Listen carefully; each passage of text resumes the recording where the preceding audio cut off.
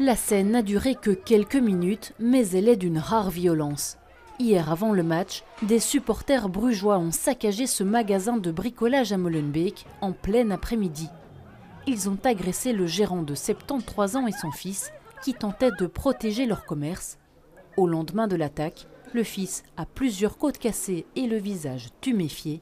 Il préfère témoigner anonymement. On m'a littéralement piétiné, on m'a jeté des bombes de gaz sur la tête. J'ai vraiment été traumatisé, c'était vraiment un choc. Heureusement, j'ai su rentrer là derrière, sinon j'aurais pu y laisser la vie, quoi. On m'a vraiment fait beaucoup de mal et on m'a littéralement dit qu'on va te tuer, ce sera ton dernier jour en néerlandais.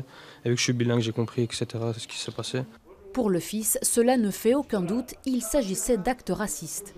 Lui et son père sont sortis de l'hôpital, mais il reste profondément choqué. C'est en entrant à la maison, quand l'adrénaline est redescendue, et j'ai commencé à sentir les douleurs. Mais mon père aussi, il était épuisé hier, il est choqué, il est vraiment choqué. Et même moi aussi, carrément, j'en tremble un peu en parlant, mais peut-être je vais revoir un médecin aussi, parce que peut-être un psychologue aussi, pour peut-être en parler ou voir si ça va psychologiquement. Cette dame habite juste en face du magasin. Depuis sa fenêtre, elle a tout filmé. Elle n'osait pas sortir de chez elle. Les enfants, les petits-enfants, ils pleuraient à la maison. Notre tante aussi, elle a eu une crise de tension qui a grandi. On a peur que ça revienne ou il y a plus de choses qui vont se passer.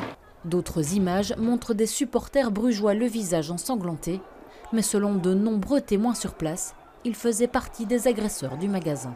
Je ne vais pas aller jusqu'à parler de représailles. Je pense qu'il y a un quartier qui a été attaqué. Et puis évidemment, les jeunes ont voulu défendre leur quartier. Donc évidemment, on condamne la violence d'où qu'elle vienne. Mais ici, il s'agit quand même de jeunes qui ont défendu leur quartier. Et si les forces de l'ordre avaient fait leur travail et si les hooligans n'étaient pas passés par ce quartier, on n'aurait peut-être pas eu ces incidents. Aujourd'hui, le calme est revenu dans le quartier, même s'il reste encore de nombreuses traces de violence. Les commerçants vont quant à eux porter plainte.